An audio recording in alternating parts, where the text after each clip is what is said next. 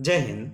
आज की वीडियो में हम शुरुआत करेंगे चार्टर्ड एक्ट 1853 से। इससे पहले वाले एक्ट हमने पिछली वीडियो में कवर कर लिए थे। पहला पॉइंट दिया है, पहली बार किस एक्ट के द्वारा गवर्नर जनरल के विधायी व प्रशासनिक कार्यों का विभाजन किया गया था। चार्टर्ड एक्ट 1853 के द्वारा। किस एक्ट के द्वारा विधि निर्माण के लिए भारतीय केंद्रीय विधान परिषद की स्थापना की गई थी। 1853 के चार्टर्ड एक्ट के द्वारा।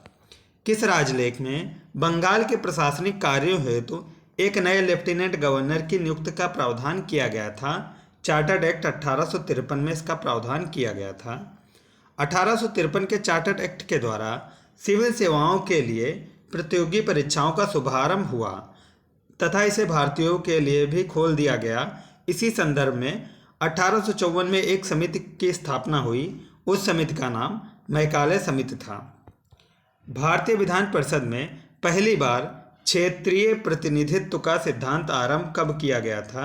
1853 के चार्टर्ड के अनुसार स्थापित विधान परिषद में इसका शुभारंभ किया गया। किस राजलेख के द्वारा ब्रिटिश सरकार ने ईस्ट इंडिया कंपनी के निदेशकों से भारत में की जाने वाली नियुक्तियों संबंधी सख्ती वापस ले ली। 1853 के चार्टर्ड एक्ट में नियुक्ति संबंधी सख्ती वापस ले ली थी। किस अधिनियम द्वारा विधि सदस्य को गवर्नर जनरल की परिषद का पूर्ण सदस्य बना दिया गया। 1853 के अधिनियम द्वारा। अगला है हमारा भारत शासन अधिनियम 1858। ब्रिटिश संसद द्वारा act for the better government of India किस वर्ष पारित किया गया था। 1858 में पारित किया गया। किस अधिनियम द्वारा भारत का शासन कंपनी के हाथों से ले लिया गया और उसको ब्रिटिश ताज के अधीन कर दिया गया। भारत शासन अधिनियम 1858 के द्वारा, क्योंकि 1857 में क्रांति हुई थी। भारत सरकार अधिनियम 1858 के तहत अब गवर्नर जनरल को क्या कहा जाने लगा? वायसराय कहा जाने लगा। भारत के प्रथम वायसराय कौन थे? लॉर्ड कैनिंग थे। ये इंपॉर्टेंट पॉइंट है। 1858 के अधिनियम द्वारा बोर्ड ऑफ डायरेक्टर तथा बोर्ड ऑफ कंट्रोल को समाप्त करके इनके समस्त अधिकारों को किसे दे दिया गया? भारत के राज्य सचिव को दे दिया गया। किस अधिनियम द्वारा निदेशक मंडल और नियंत्रक मंडल को समाप्त कर दिया गया? 1858 के अधिनियम में।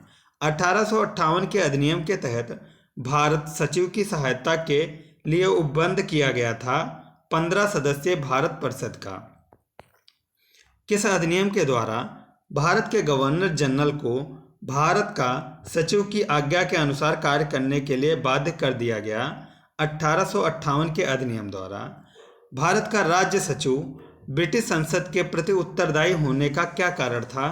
उसका ब्रिटिश मंत्रिमंडल का सदस्य होना। अगला आया भारत परिषद अधिनियम 1861 में। आधुनिक भारत में सर्वप्रथम प्रतिनिधित्व प्रणाली का आरंभ करने वाला अधिनियम कौन सा था? 1861 का भारत परिषद अधिनियम।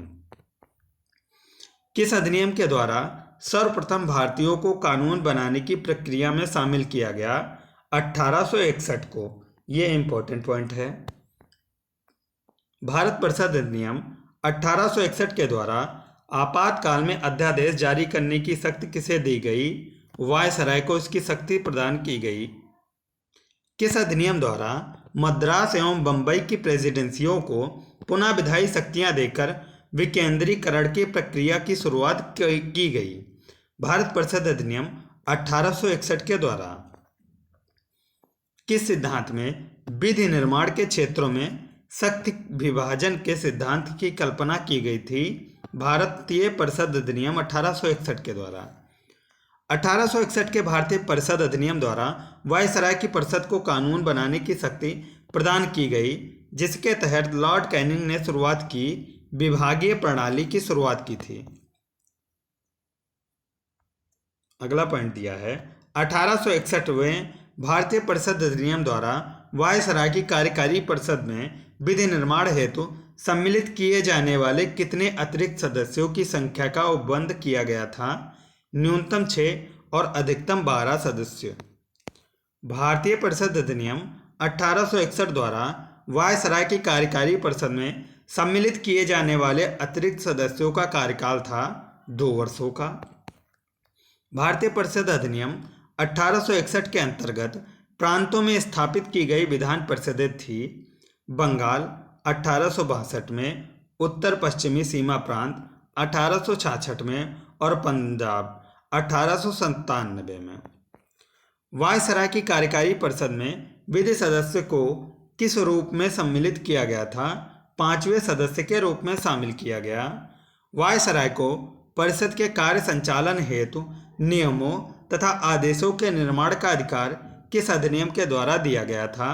1861 के भारतीय परिषद अधिनियम के द्वारा।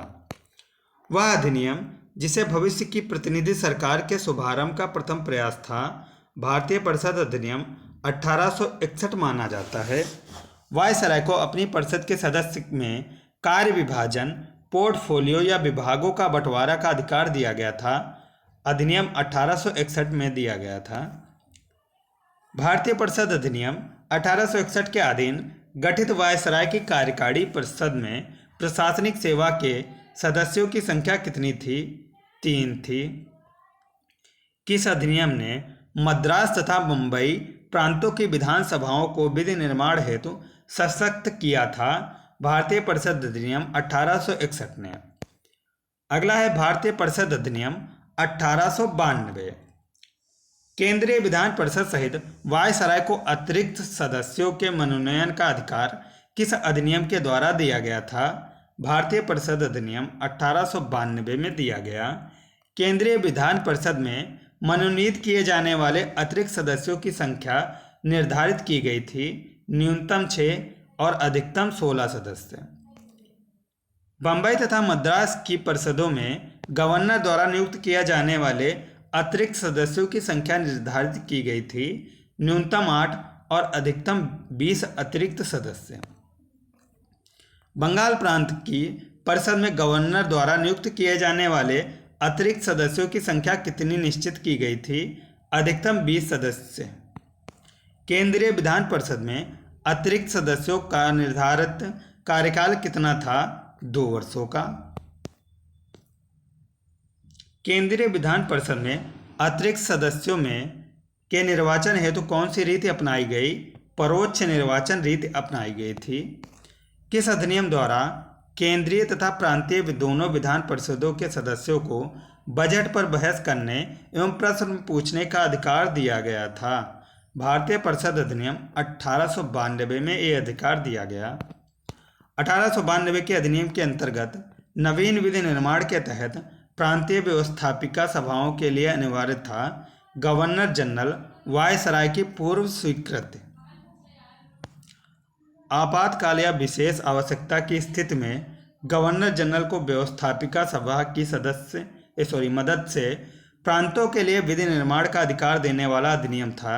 भारतीय परिषद अधिनियम 1892 था।